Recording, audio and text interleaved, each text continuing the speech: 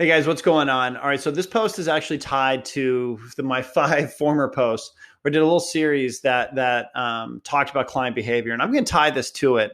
But I'm going to start with the punchline first because I don't want me getting too wordy to cause you to not get the punchline. And so, to start, I want you to think about growing up and how you knew that you were loved by your parents, or how you felt connected to them. And if you do that, if you actually really do it, I'm willing to bet that some of the memories that come to the top of your mind aren't well, I knew I was loved because, well, my parents drove me to practice. I knew I was loved and I felt connected because they woke me up in the morning to go to school.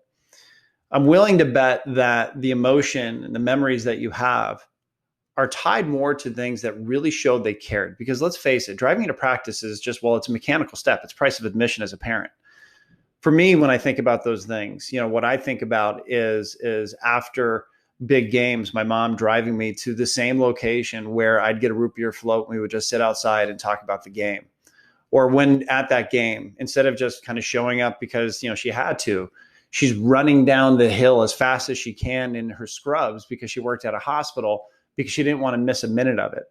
And it wasn't just the fact that she was there. It was the fact that she was there running down the hill, dressed as a nurse, well, actually farm tech, to make sure that she could be there for me. And those are the memories that I have. And really what they're all rooted to, whatever your memories are, is that you felt you were loved because people did small acts to show that they cared, that they really loved you, that they wanted to support you.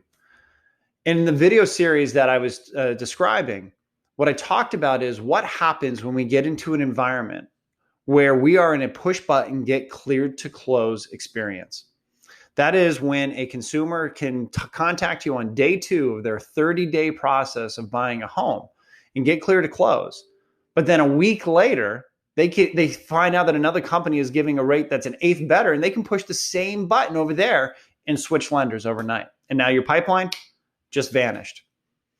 And the question then was, how do we increase our conversion? How do we retain as many of our borrowers and clients as we possibly can? And in the video series, I talked about tactics. I talked about personal brand and building out a network that they can champion you and setting up communication to get a little bit more invested in their personal life.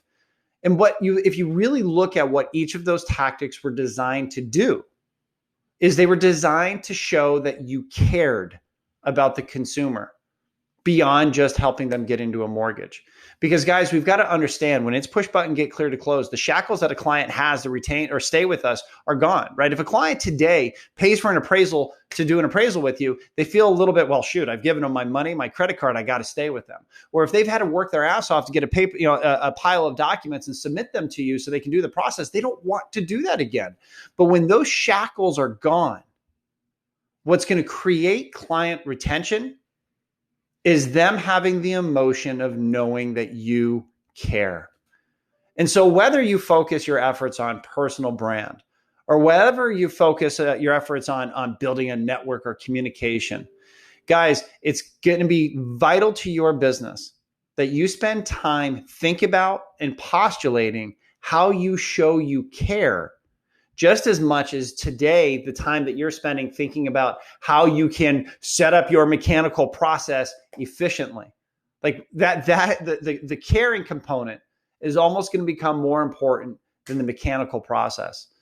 And so if you watch the video series, I hope you extracted that out of it, because ultimately those are the memories, those are the emotions that people are going to remember.